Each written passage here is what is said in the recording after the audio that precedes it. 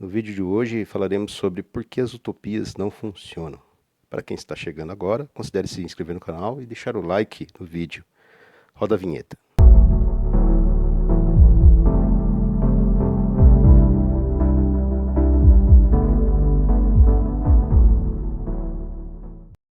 Por que utopias não dão certo? Porque mesmo assim, a humanidade sempre se deixa levar pelo canto da sereia e busca utopias que custam vidas e sempre terminam em miséria. Havia um mito medieval sobre uma terra imaginária chamada Cocanha. Era uma terra de abundância, ócio, prazeres gratuitos, eterna juventude e nenhum esforço. No fim do século XIX surgiu a ideologia do socialismo e do comunismo, que iria custar milhões de vidas no século XX. Hoje temos alguns países que adotam essa ideologia e outros que têm uma versão mais branda, a social-democracia, que prega um estado de bem-estar social, simplesmente todos vivendo à custa de todos. Sempre com a ideia de que é possível resgatar o mito da cocanha, ter abundância sem esforço. Vou falar agora um pouco sobre um experimento que um pesquisador fez entre 1968 e 1970. O etologista americano John Carroll conduziu um estudo comportamental de camundongos em cativeiro. Ele basicamente criou um recinto com espaço suficiente para 3.000 ratos, com um ambiente livre de pragas, uma plenitude de confortos. Sim, uma verdadeira utopia. Uma ausência de predação e um suprimento ilimitado de consumíveis. Os ratos desfrutariam de todos os luxos equivalentes à vida humana moderna. Basicamente uma utopia, abundância disponível e ócio. Carroll iniciou o experimento com 4 pares de camundongos saudáveis, que foram soltos no recinto para dar início à nova sociedade. Este experimento ficou conhecido como Universo 25. Com o tempo, vários pares de ratos criaram uma população que finalmente aumentou para 2.200 indivíduos. Eventualmente, eles estabeleceram ordens sociais que criavam facções internas e externas, e logo o acasalamento cessou por completo. Durante os primeiros 104 dias, os ratos se ajustaram a um novo ambiente, marcaram seu território e começaram a fazer ninhos. Isso foi seguido pelo período de exploração, que viu a população dobrar a cada 55 dias. No dia 315, o Universo 25 continha 620 ratos. Apesar da abundância de espaço em todo o recinto, cada compartimento podia abrigar até 15 indivíduos, o recinto geral foi construído para uma capacidade de 3.000 ratos. A maioria dos ratos estava lotando áreas selecionadas e comendo das mesmas fontes de alimento. O ato de comer, como se constatou, passou a ser visto como uma atividade comunal, que fez com que a maioria dos ratos preferisse os mesmos poucos compartimentos. Todo esse amontoado, no entanto, levou a uma queda no acasalamento e a taxa de natalidade logo caiu para 1/3 de seu nível anterior. Então, o desequilíbrio social começou entre os ratos. 1/3 dos ratos emergiu como socialmente dominante. Os outros 2/3 revelaram-se menos adeptos socialmente do que seus antepassados. À medida que as habilidades de interação diminuíam entre os ratos, o Universo 25 entrou em declínio lento, mas irreversível.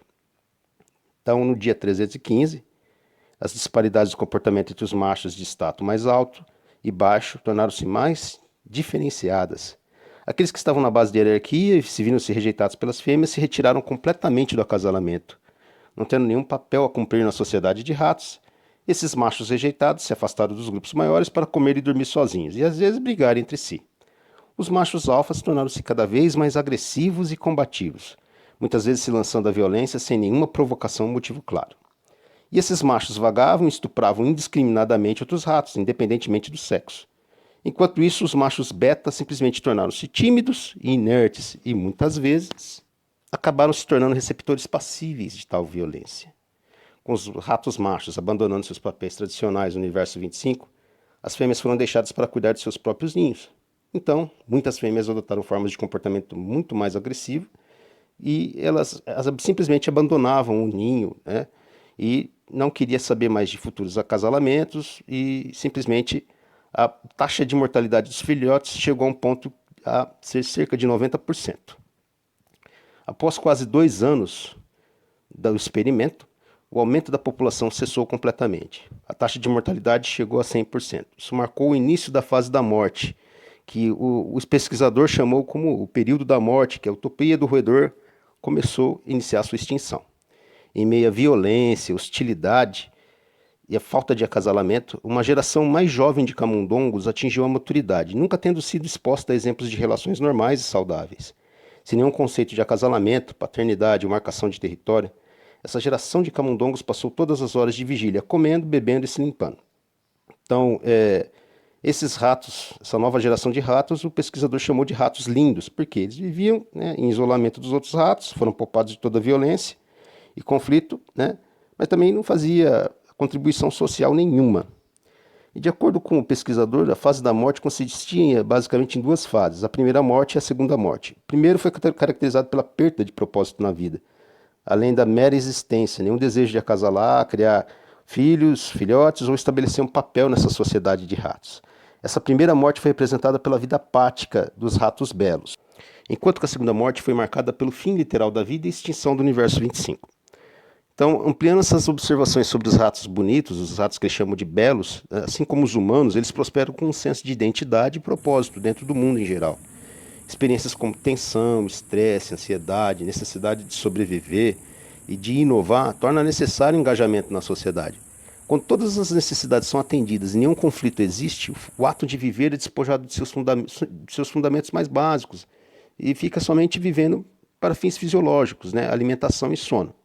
Então, está o paradoxo de uma vida sem trabalho ou conflito. Quando todo o senso de necessidade e todo o senso de urgência é retirado da vida de um indivíduo, a vida deixa de ter sentido, deixa de ter propósito. O indivíduo morre em espírito. A população foi limitada a 2.200, bem abaixo da capacidade do recinto de 3.000. Um suprimento infinito de comida, água e outros recursos ainda estavam lá para os ratos, mas não importava. A depressão do comportamento havia se instalado completamente. Não tinha como impedir o declínio fatal do universo 25. Não havia um único rato vivo deixado no recinto. É interessante notar que o pesquisador ele ainda tentou reiniciar uma nova comunidade, tirando alguns ratos antes do declínio final e colocar num novo ambiente, né, também cheio de uma verdadeira utopia. Só que esses ratos, eles simplesmente não tinham, eles mantiveram esse mesmo padrão de comportamento, né, se recusava a acasalar ou mesmo interagir com seus novos pares. Então os ratos solitários morreram de causas naturais e a sociedade incipiente desmoronou por completo, sem nenhum novo nascimento. Um fato importante para se notar, o universo 25 não é um habitat natural, ele é abastecido com uma abundância de alimentos e luxos e mantido livre de predadores e doenças. Isso parece familiar? E as inúmeras tentativas de criar utopias que terminou em miséria e desgraça. A humanidade tentou por várias vezes criar sua própria utopia, mas gerou desgraça após desgraça. Interessante notar que um exemplo, a Alemanha unificada, mesmo após 30 anos, ainda ostenta índices diferentes de desenvolvimento da parte ocidental e oriental. Só que mesmo assim, os mesmos partidos que tinham essa ideologia da Alemanha oriental está ganhando popularidade, até mesmo na parte ocidental. Então você vê que essa história de utopia é muito forte por lá ainda. Então as sociedades elas precisam de um pouco de conflito, né? Sem contenda não pode haver grandeza. A gente pode citar um exemplo de quase 3.000 anos atrás, do poeta Hesíodo, um poeta grego de 800 a.C., que escreveu que havia dois tipos de conflito.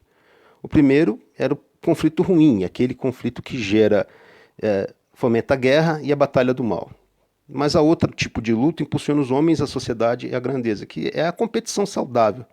Como ele mesmo descreveu, a contenda é muito mais gentil com os homens.